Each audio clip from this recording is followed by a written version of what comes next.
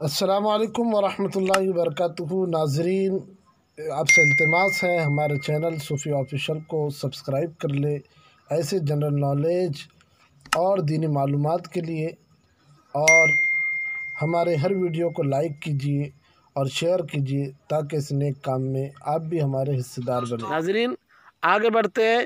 ایسی ماں کا انتقال ہو رہا ہے تو ماں نے جو جائیداد پیچھے چھوڑی ہے اس میں اولاد کا کیا حصہ ہے؟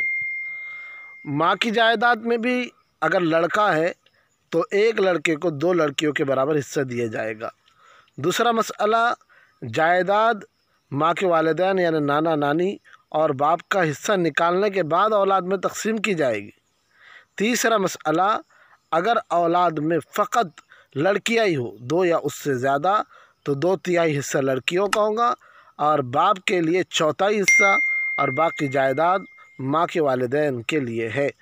چوتھا مسئلہ، اگر اولاد میں صرف ایک ہی لڑکی ہے تو جائیداد کا نصف آدھا حصہ لڑکی کا ہے اور باپ کے لیے جائیداد کا 1/4 حصہ ہے اور ماں کے والدین کا 1/6 حصہ ہے۔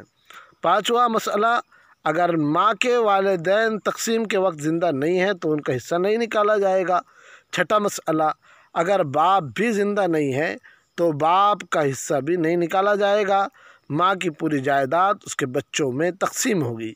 ساتواں مسئلہ، اگر ماں کے پہلے شوہر سے کوئی اولاد ہے تو وہ بچے بھی ماں کی جائیداد میں برابر کے حصے دار ہوں گے۔ دوستو، صوفی آفیشل یوٹیوب چینل کو سبسکرائب کیجیے۔